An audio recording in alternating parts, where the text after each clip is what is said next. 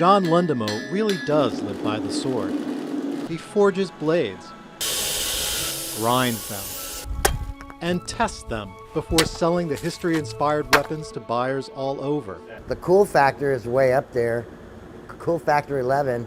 Lundemo makes high-end swords in his workshop 50 miles north of New York City.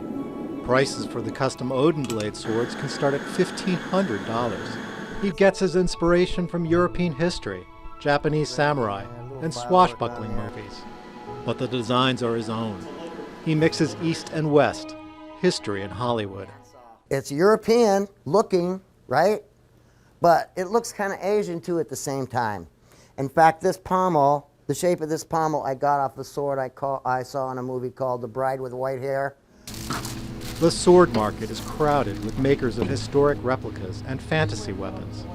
The owner of one online sword retailer says not all buyers are cut from the same cloth.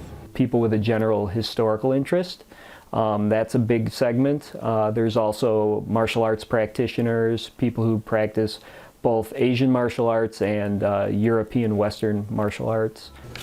Lundemo began forging swords about 30 years ago. He used to buy weapons for sword fights with his brother. But there were problems. I was always breaking the steel swords. I was breaking them all the time. You know, halfway through a sword fight and your sword breaks, it's annoying. So I started making them. It took Lundemo years to master edge geometry, balance, and steel hardening. The 60-year-old may have given up sword fighting, but he still has a way with a blade.